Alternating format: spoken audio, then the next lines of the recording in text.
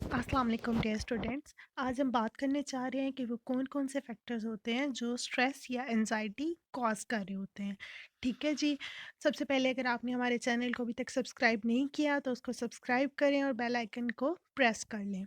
ठीक है जी। स्पेशली अगर आप साइकोलॉजी की फील्ड से रिलेट करते हैं क्योंकि ये चैनल स्पेशली साइकोलॉजी बेस्ड है। ठीक है जी। उसके बाद हम स्टार्ट करते हैं फैक्टर्स। सबसे पहले हमारे पास आते हैं सिचुएशनल फैक्टर्स एंड देन हमारे पास आते हैं इंडिविजुअल फैक्टर्स। ठीक है जी। ये दो किस्म के फैक्टर्स होते हैं जो कॉज कर रहे होते हैं स्ट्रेस या एनजाइटी को। सिचुएशनल फैक्टर्स में क्या होता है? Event importance.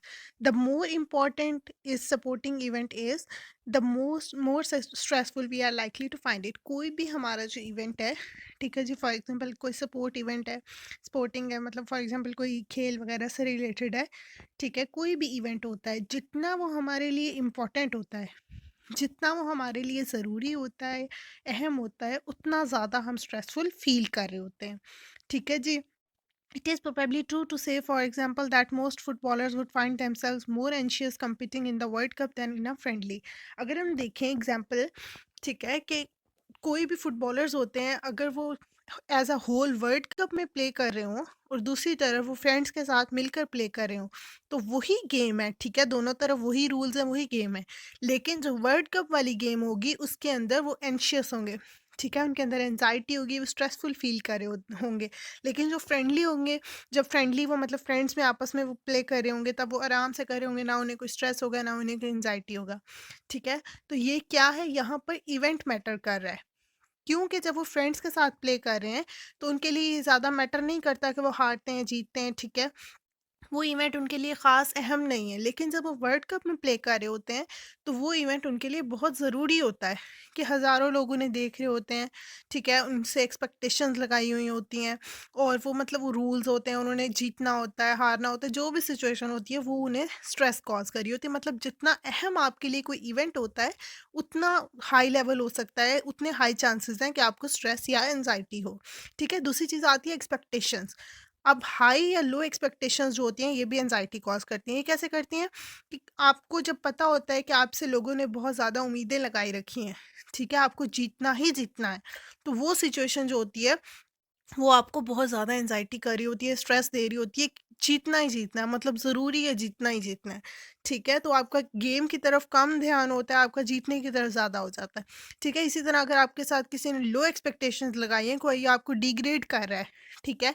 कि तुमने तो बस हारना ही हारना है, मुझे पता है तुम हारोगे।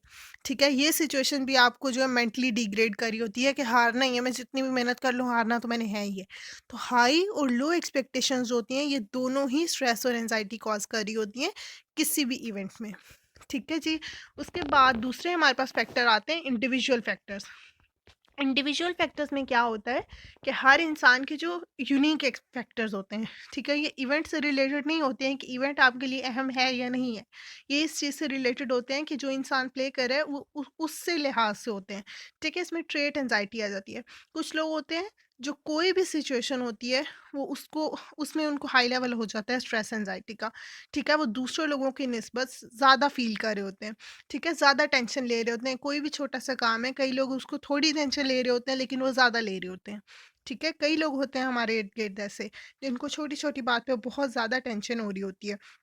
तो उनके अंदर क्या होता है, ट्रेट एंजाइटी ज़्यादा होती है। ठीक है, और जिनके अंदर ट्रेट एंजाइटी ज़्यादा होती है, वो किसी भी कंपटीशन को, छोटे से छोटे, बड़े से बड़े कंपटीशन को स्ट्रेसफुल फ़ील कर रहे होते हैं कि ये मेरे लिए टेंशन का बायस है, ये मुझे एंजाइटी दे रहा है, ये मुझे टेंशन दे रहा है।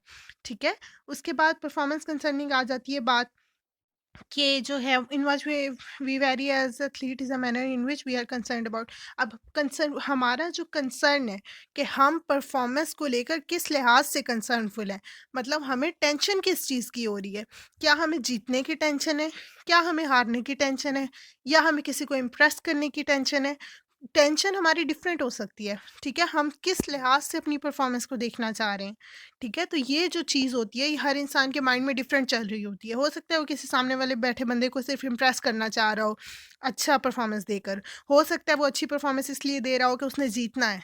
ठीक है, और हो सकता है वो बैड परफॉर्मेंस जानबूझ के दे रहा हो, क्यों, ताकि वो हार जाए। ठीक है, तो उसके ये माइंड लेवल हो सकता है कि वो किस किस्म की सोच उसके माइंड में चल रही है। ठीक है, और वो उसी माइंड की सोच के लिहाज से उसको स्ट्रेस हो रहा होता है।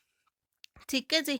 तो ये हमारे पास इंडिविजुअल फैक्टर्स आते हैं आ जाते हैं जो हर इंसान के यूनिक होते हैं, उस वो उसका अपना माइंड ही जानता है कि उसको वो टेंशन क्यों हो रही है और वो किस लिहाज से हो रही है, और हो सकता है वो छोटी-छोटी बातों पे ज़्यादा टेंशन ले रहा हो।